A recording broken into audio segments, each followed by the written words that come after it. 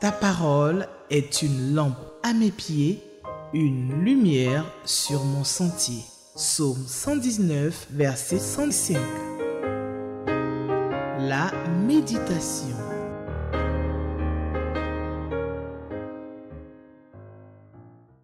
Shalom, chers frères et sœurs, que le nom du Seigneur soit béni. Merci pour votre fidélité à cette émission, ce temps de méditation quotidienne de la parole de Dieu. Il n'y a pas de moment plus grand, plus béni que ce temps devant la présence de notre Dieu. Entendre la voix de notre Créateur chaque jour, c'est une grande bénédiction. C'est le meilleur rendez-vous de la journée. Que Dieu nous bénisse, que Dieu vous bénisse chacun de vous. Et merci de continuer encore à encourager d'autres personnes à avoir ce temps merveilleux. Faites-le avec d'autres personnes chez vous à la maison. Partagez ce temps de la parole de Dieu, le temps de méditation en utilisant ce manuel de lecteur qui vous donne une portion de la Bible chaque jour à méditer pour que Dieu nous montre la voie à suivre dans ce monde. Il n'y a pas d'autre manière de vivre agréable en dehors de la parole de Dieu. Que le Seigneur nous bénisse. Nous allons prier et confier ce temps entre les mains de notre Seigneur. Père Tout-Puissant, Créateur du ciel et de la terre, nous voulons te bénir, te magnifier pour l'occasion merveilleuse que tu nous donnes de nous retrouver chaque jour pour entendre ta parole, pour entendre ta voix. Nous voulons te prier que tu nous parles, que tu t'adresses au cœur de chacun de nous. Tu nous connais chacun et tu connais le besoin de chacun de nous. Parle-nous, Seigneur, nous t'écoutons. Te prions, Père, au nom de Jésus. Amen. Je vous invite à prendre vos Bibles. Nous allons lire dans le livre de Nombres, donc le livre dans lequel nous tirons notre texte de méditation de ce jour, c'est le livre de Nombres, Nombres chapitre 6. Nous allons lire donc les versets 1 jusqu'au verset 27, donc tout le chapitre que nous allons lire. Et moi, je lis dans la version Louis II. L'Éternel parla à Moïse et dit, « Parle aux enfants d'Israël et dis, et tu leur diras, lorsqu'un homme ou une femme se séparera des autres en faisant vœu de naziréat pour se consacrer à l'Éternel, il s'abstiendra de vin et de boissons enivrantes. Il ne boira ni vinaigre fait avec du vin, ni vinaigre fait avec une boisson enivrante. Il ne boira d'aucune liqueur tirée des raisins et il ne mangera point de raisins frais ni de raisins secs. Pendant tout le temps de son naziréat, il ne mangera rien de ce qui provient de la vigne, depuis les pépins jusqu'à la peau du raisin. Pendant tout le temps de son naziréat, le rasoir ne passera point par sa tête, jusqu'à l'accomplissement des jours pour lesquels il s'est consacré à l'Éternel. Il sera saint, il laissera croître librement ses cheveux. Pendant tout le temps qu'il a voué à l'Éternel, il ne s'approchera point d'une personne morte. Il ne se souillera point à la mort de son père, de sa mère, de son frère ou de sa sœur, car il porte sur sa tête la consécration de son Dieu. Pendant tout le temps de son naziréat, il sera consacré à l'Éternel. Si quelqu'un meurt subitement près de lui et que sa tête consacrée devienne ainsi souillée, il se rasera la tête le jour de sa purification. Il se la rasera le 7e jour. Le 8e jour, il apportera au sacrificateur 2 tourterelles ou 2 jeunes pigeons à l'entrée de la tente d'assignation. Le sacrificateur sacrifiera l'un comme victime expiatoire et l'autre comme holocauste, et il fera pour lui l'expiation de son péché à l'occasion du mort. Le naziréen sanctifiera ainsi sa tête ce jour-là. Il consacrera de nouveau à l'Éternel les jours de son naziréat et il offrira un agneau d'un an en sacrifice de culpabilité. Les jours précédents ne seront point comptés parce que son naziréat a été souillé. Voici la loi du naziréen. Le jour où il aura accompli le temps de son naziréat, on le fera venir à l'entrée de la tente d'assignation. Il présentera son offrande à l'Éternel, un agneau d'un an et sans défaut pour l'holocauste, une brebis d'un an et sans défaut pour le sacrifice d'expiation, et un bélier sans défaut pour le sacrifice d'action de grâce, une corbeille de pain sans levain, de gâteaux de fleurs de farine pétrie à l'huile et de galettes sans levain arrosées d'huile avec l'offrande et la libation ordinaire.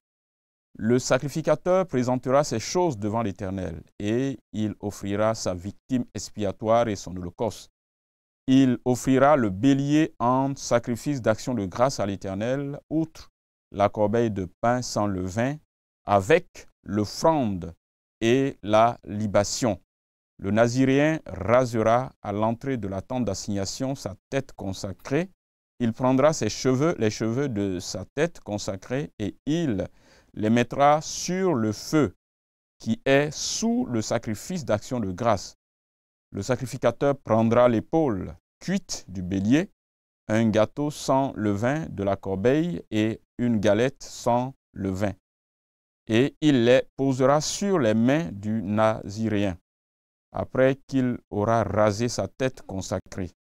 Le sacrificateur les agitera de côté et d'autre devant l'Éternel. C'est une chose sainte qui appartient au sacrificateur, avec la poitrine agitée et l'épaule offerte par élévation. Ensuite, le naziréen pourra boire du vin. Telle est la loi pour celui qui fait vœu de naziréat. Telle est son offrande à l'Éternel pour son naziréat. Outre ce que lui permettront ses ressources, il accomplira ce qui est ordonné pour le vœu qu'il a fait, selon la loi de son naziréat. Verset 22, l'Éternel parla à Moïse et dit, parle à Aaron et à ses fils, et dit, vous bénirez ainsi les enfants d'Israël, vous leur direz, que l'Éternel te bénisse et qu'il te garde. Que l'Éternel fasse lui sa face sur toi et qu'il t'accorde sa grâce. Que l'Éternel tourne sa face vers toi et qu'il te donne la paix. C'est ainsi qu'ils mettront mon nom sur les enfants d'Israël et je les bénirai. Amen. Jusqu'ici notre lecture.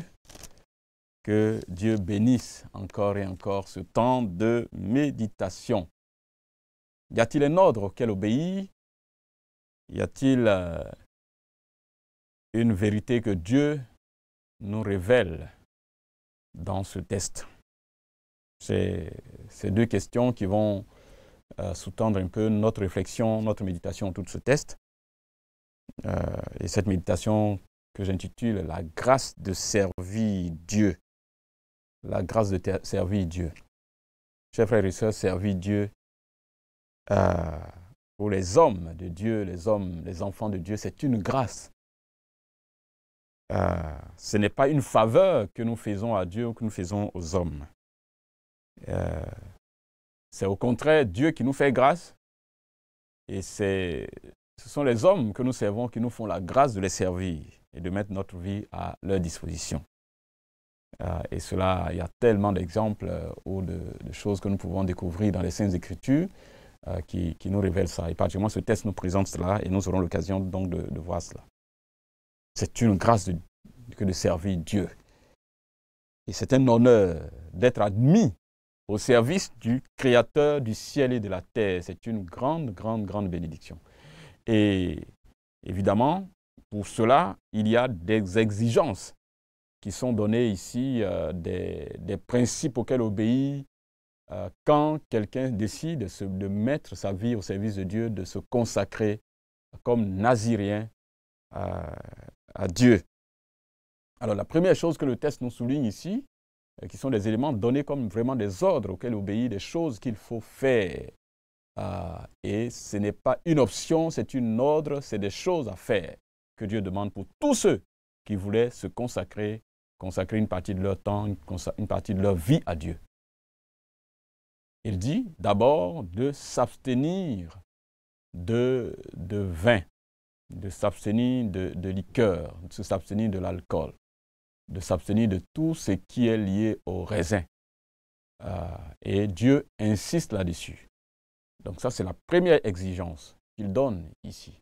La deuxième exigence, c'est que pour quelqu'un qui veut s'engager donc à le servir, se consacrer à lui, doit s'abstenir aussi d'être en contact avec un mort, que ce soit une personne proche, ou un parent, son père, sa mère, son frère ou sa sœur, ou quelqu'un. Il ne faut pas qu'il s'approche de quelqu'un qui est mort. Et enfin, la troisième exigence, la troisième chose, c'est qu'à la fin de son temps de naziréat, il doit donc faire des offrandes à Dieu. Il doit faire des sacrifices, il doit faire des offrandes à Dieu. Donc, la première exigence, donc, c'est de s'abstenir de vin, de l'alcool. Ça, c'est quelque chose sur laquelle Dieu met vraiment un accent particulier ici, pour toute personne qui voudrait le servir. Je pense qu'il y a beaucoup de débats sur la question de l'alcool. Est-ce qu'un chrétien doit prendre de l'alcool, un chrétien ne doit pas prendre de l'alcool? Ça, selon votre conviction, vous choisirez de faire ce qu'il vous semble bon, selon votre conviction au sujet de la parole de Dieu, sur la parole de Dieu. Je ne vais pas clore le débat, ou bien je n'ai pas la prétention de vous montrer la décision à prendre par rapport à cela. Mais ce qui est indéniable ici, que je peux voir, c'est que l'alcool ou l'ivresse impacte toujours négativement notre lucidité. Donc, nous ne pouvons pas servir Dieu quand on n'est pas lucide, dans un état d'ébriété, dans un état d'ivresse.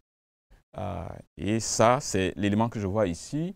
Donc, l'alcool, l'ivresse affecte notre lucidité, ça affecte la cohérence de notre raisonnement. Et vous savez, quand quelqu'un est ivre, vous êtes devant la personne, vous voyez toutes les incohérences dans ce qu'il dit. L'alcool aussi peut toucher, donc, à nous pousser à poser des actes déplacés, des actes irréfléchis. Et ça, c'est des éléments qui, évidemment, n'honorent pas quelqu'un qui sert le Seigneur et qui se présente devant le peuple de Dieu, qui sert le Seigneur. Donc ça, c'est des choses auxquelles nous sommes appelés, en tant qu'enfants de Dieu, en tant que serviteurs de Dieu, à faire très, très, très attention. Nous avons un peu quelques histoires bibliques qui ont presque mis en danger la vie des enfants. Et nous avons le cas de Noé, dont l'état d'ivresse a mis en danger la vie, l'avenir, la destinée de certains de ses enfants, qui vont prendre les pots cassés parce que papa a pris l'alcool. Voilà. Et ils sont obligés d'aller à son secours parce qu'il a mis toute sa nudité dehors. Et malheureusement, ils vont prendre des pots cassés à cause de l'attitude de leur père. Il y a d'autres exemples comme ça dans la Bible. Et même dans l'histoire, dans notre histoire, vous voyez un père qui est en train de traîner dans les rues quelque part. Ce n'est pas digne pour la famille. À plus forte raison, quelqu'un qui est un serviteur de Dieu, qu'on le trouve dans un état d'ivresse, dans un état c'est très mal placé. Et Dieu demande donc pour ceux qui le servent de faire attention par rapport à leur contact avec l'alcool.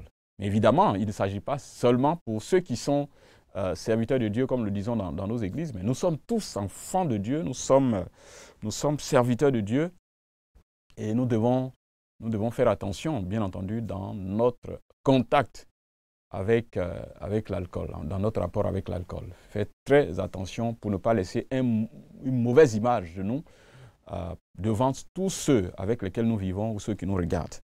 Et ça, c'est une question assez importante, la question du rapport avec l'alcool.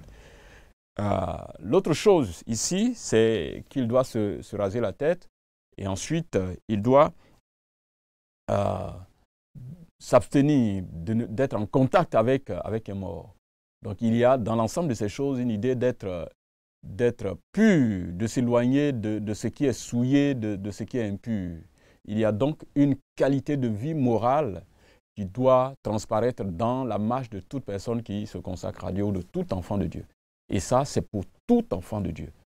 Nous éloigner de la souillure, nous éloigner du péché sous toutes ses formes quand nous marchons. Et cela doit faire partie de notre lutte quotidienne, de la qualité morale, la qualité de vie que nous dégageons en tant qu'enfants de Dieu. Et d'ailleurs, nous sommes tous serviteurs de Dieu, selon ce que nous entendons par la notion de sacerdoce universel. Nous sommes tous serviteurs de Dieu dans ce sens.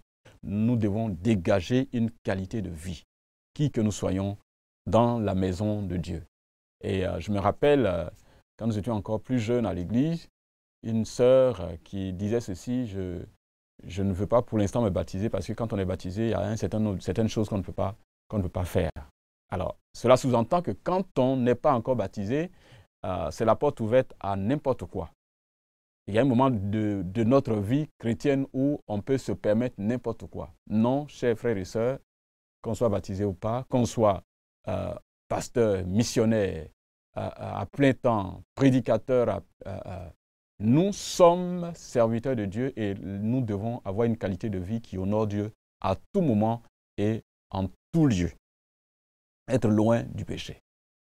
Et l'autre chose que nous voyons dans ce texte, c'est, je trouve ça un peu paradoxal, l'offrande que doit faire celui qui a fini son temps de naziria et qui donc doit faire des offrandes à Dieu, doit offrir des sacrifices à Dieu.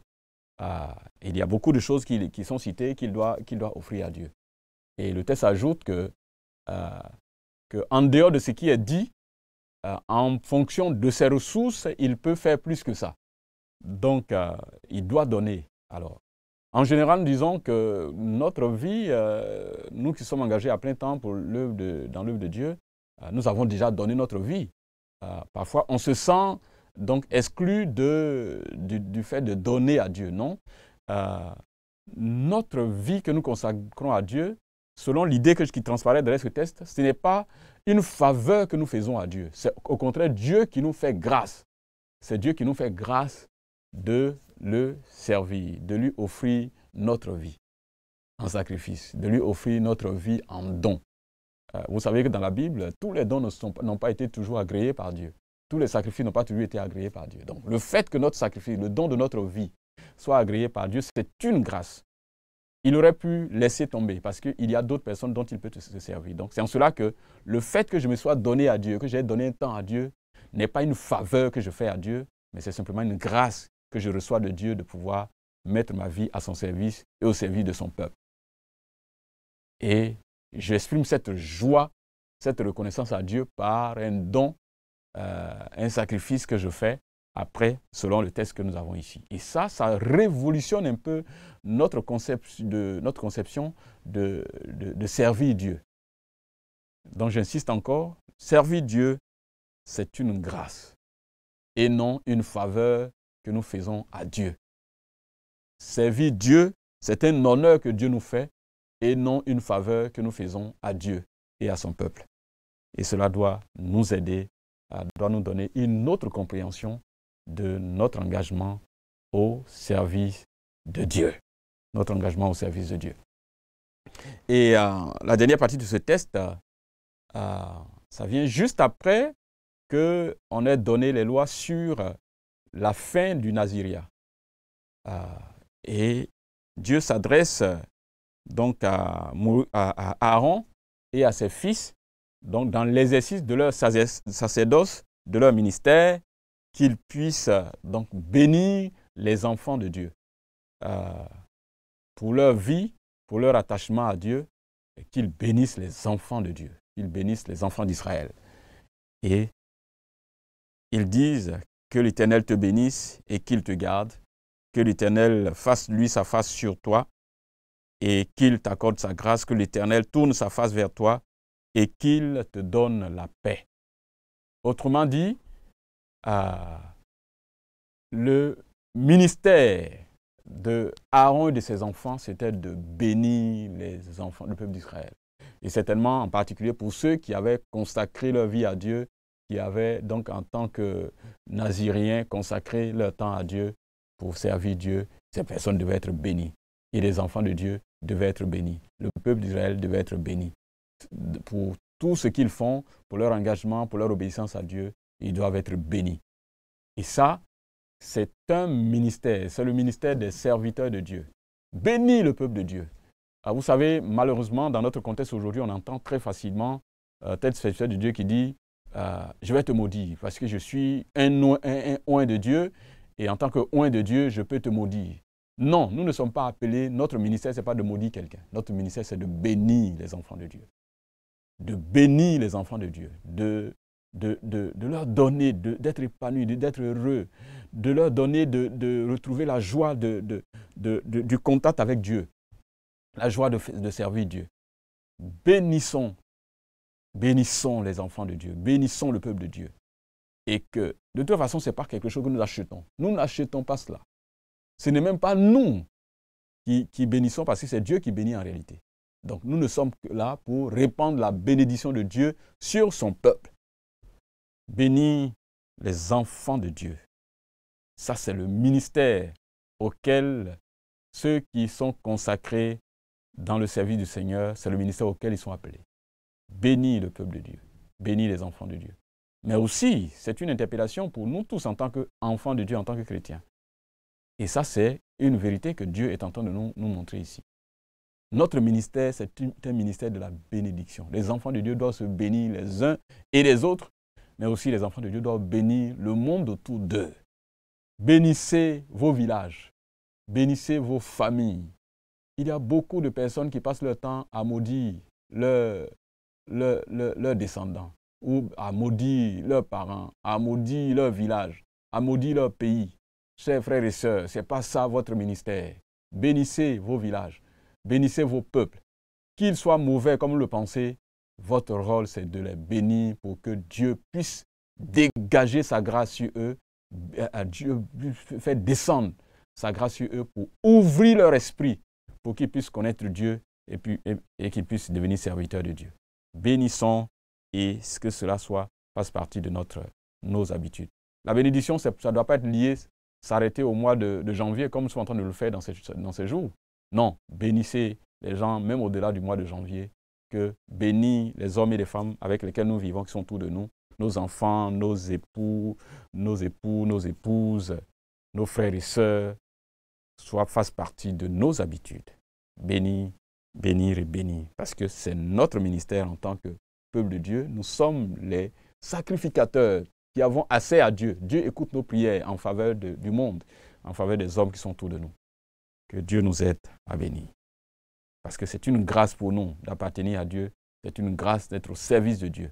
Et que Dieu nous aide, chers frères et sœurs, à garder cela dans notre cœur et dans nos relations avec tous ceux qui sont autour de nous. Que le Seigneur nous bénisse, que le Seigneur nous garde. Et nous allons prier pour que Dieu, dans sa grâce, puisse garder ses paroles dans nos cœurs et qu'il nous aide à marcher fidèlement avec lui. Seigneur, nous voulons te bénir, nous voulons te rendre toute la gloire. Pour la grâce que tu nous fais de te servir, tu aurais pu bien te passer de nous. Tu aurais pu bien te passer de nous. Mais tu acceptes notre don. Tu acceptes notre sacrifice de consécration à toi. Nous nous consacrons à toi.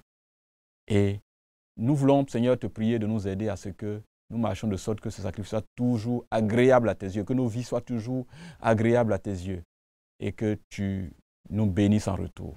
Mais aussi, Seigneur, que tu nous aides à être des personnes qui bénissent, des personnes qui sont autour de nous, nos frères, nos sœurs et même nos ennemis, que nous puissions les bénir. Seigneur, merci encore et encore. Que la gloire et l'honneur et la magnificence te reviennent, Père Céleste. Nous te prions, nous t'exaltons au nom de Jésus, notre Seigneur et Sauveur. Amen.